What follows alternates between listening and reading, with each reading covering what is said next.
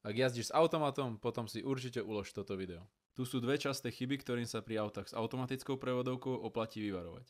Za prvé, časté radenie do P alebo N pri krátkom čakaní. Mnohí vodiči si myslia, že pri krátkom zastavení je výhodné zaradiť N alebo P. V skutočnosti si tým ale pridávaš len zbytočnú prácu. Pri preradení späť do D musí prevodovka znova vytvoriť tlak, čo vedie k jej rýchlejšiemu opotrebovaniu. Za druhé, preradenie z D do R a okamžité pridanie plynu.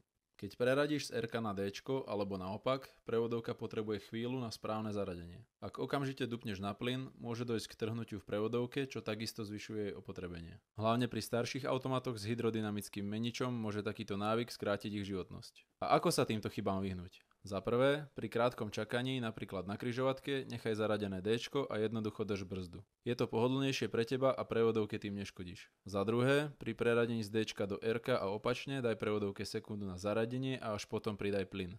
Predídeš trhnutiu a zbytočnému opotrebeniu. Za tretie, nezabúdaj na výmenu oleja v prevodovke. Zanedbaná údržba ju môže zničiť skôr, než si myslíš. Poznáš aj ďalšiu chybu, ktorú vodiči automatu robia? Napíš nám do komentára. Sleduj nás a zisti viac tipov, ako predĺžiť životnosť tvojho auta.